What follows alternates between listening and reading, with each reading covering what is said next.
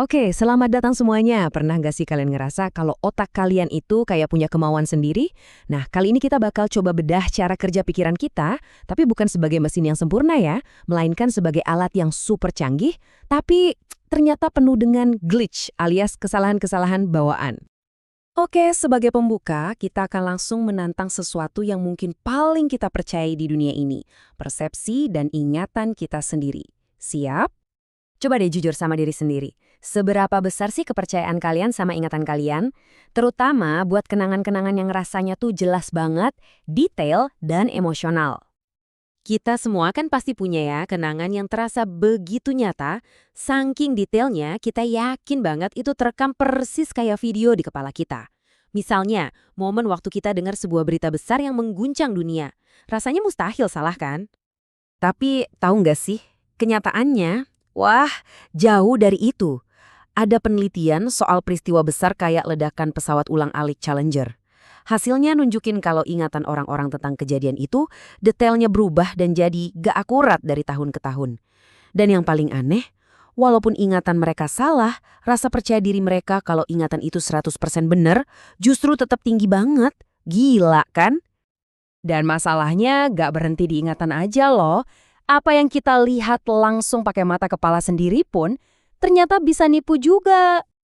Pasti banyak yang udah pernah dengar soal eksperimen gorila tak terlihat yang terkenal itu kan? Jadi orang-orang disuruh nonton video dan fokus ngitungin berapa kali bola basket dioper. Gara-gara terlalu fokus, lebih dari separuh peserta sama sekali gak sadar ada orang pakai kostum gorila gede jalan santai di tengah-tengah video.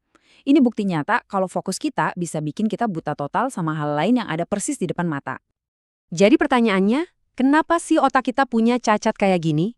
Ternyata ini bukan kesalahan acak loh. Ini adalah fitur bawaan dari otak yang ibaratnya masih jalan pakai software kuno. Software ini dirancang bukan untuk mencari kebenaran, tapi untuk satu tujuan utama, bertahan hidup.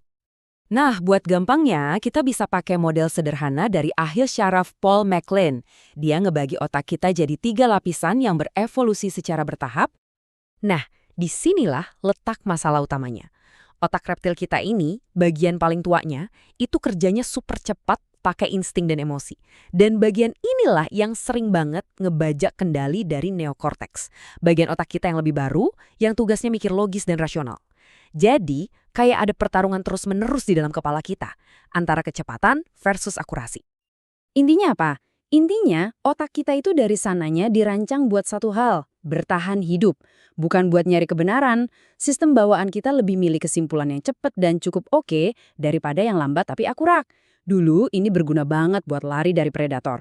Tapi di dunia modern yang rumit ini, wah, ini jadi sumber banyak masalah. Oke, jadi gimana sih cara kerja software kuno ini di kehidupan kita sehari-hari?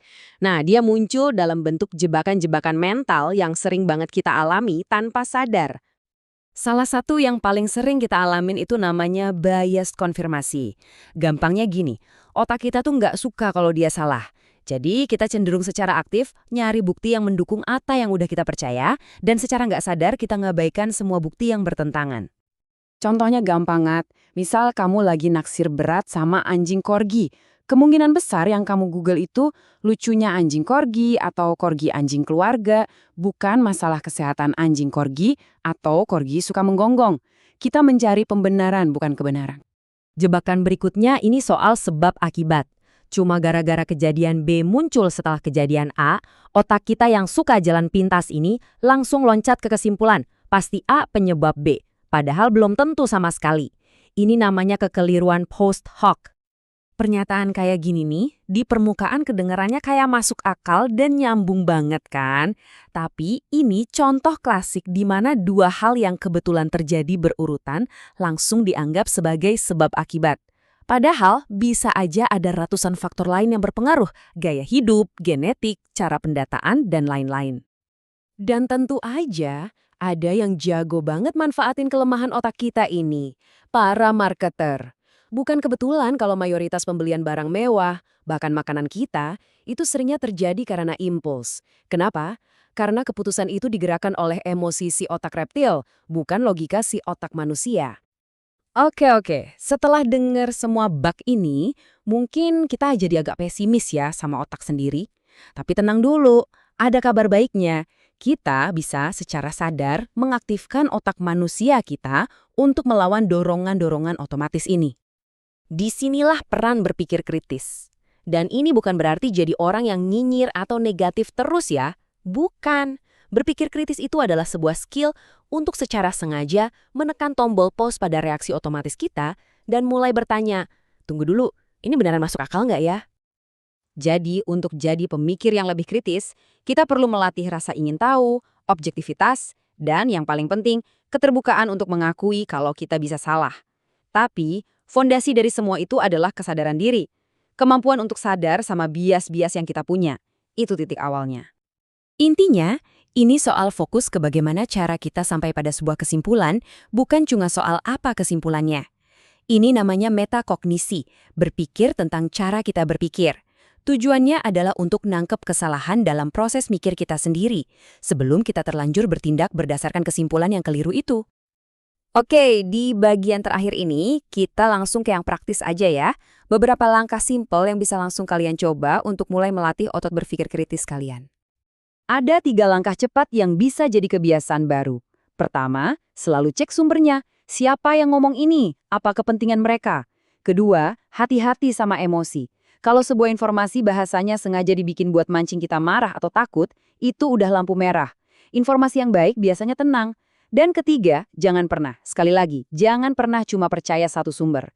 Cek apakah para ahli di bidang itu punya kesimpulan yang sama. Jadi, ingat ya, pesan kuncinya tuh ini, otak kita emang nggak sempurna, tapi bukan berarti nggak bisa diubah. Otak itu bisa dilatih. Dengan latihan yang sadar dan konsisten, kita bisa membangun kebiasaan berpikir yang jauh lebih baik, lebih jernih, dan lebih akurat. Nah, sekarang saya mau tinggalin kalian dengan satu pertanyaan buat direnungin. Setelah tahu semua ini, ada nggak sih satu keyakinan kuat yang kalian pegang selama ini, yang sekarang pengen kalian periksa ulang dengan kacamata yang lebih kritis? Coba pikirkan.